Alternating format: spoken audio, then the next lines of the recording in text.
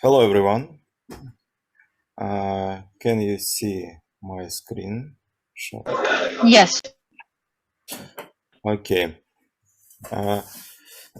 These 2 weeks I implemented emulation of an external call. If a contract calls another contract during execution, then we can emulate such a call through a request to the node. You can see a contract, Solidity code. In this function transferExt, we execute a Solana call to execute token contract, token cake, transfer checked. To emulate such execution, we request simulate transaction on node and response return to the Solidity contract. We met a problem.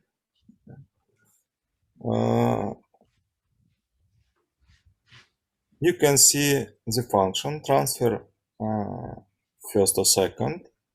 In this function, we can see two transfer X. So this function execute two external calls. We can emulate such behavior, and we response on first transaction, on first execution, we response such response, insufficient funds, and error. On the second,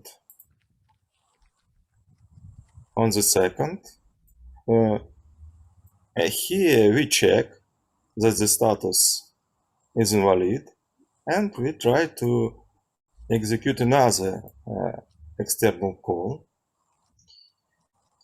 And the second external call, the second emulation, returns a response without an error. Transfer checked is okay. But if we execute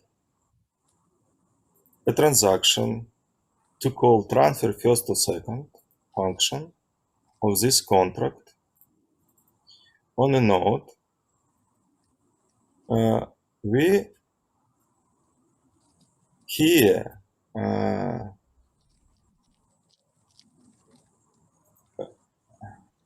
receive a problem.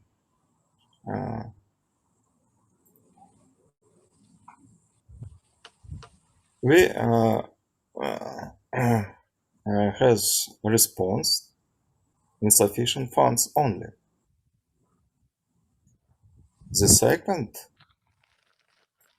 external call doesn't do anything. Yeah, you can't. You can't. There's no call stack inside the runtime. So the first thing, yeah. We described this behavior here. Yeah, that's by design. So otherwise, the call stack, right, is kind of it forces the runtime then to accumulate state right into a stack, and then pop it off, and then go forward. That's a really complex thing to do, versus just fail in the first one. Does that make sense? So the way the runtime is designed is it doesn't have a call stack. The first failure exits the whole transaction, whether it's a CPI failure or an instruction failure.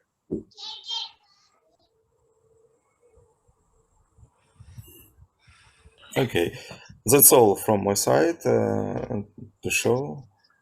Thank you. Thank you, Vasily. Anatoly, but what we should do in this case?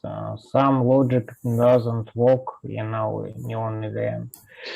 So you should pass a return variable, like basically your own account, right? That can push program specific success codes and error codes onto that account stack.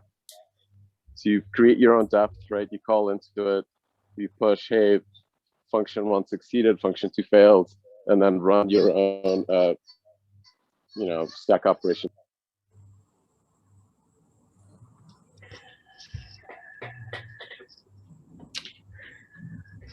So there is no decision on your side. Did they? Yeah, it's a very complicated thing to build like a call stack. Does that make sense? And make it efficient as well. Okay, we should describe this in our documentation. Okay, I understand.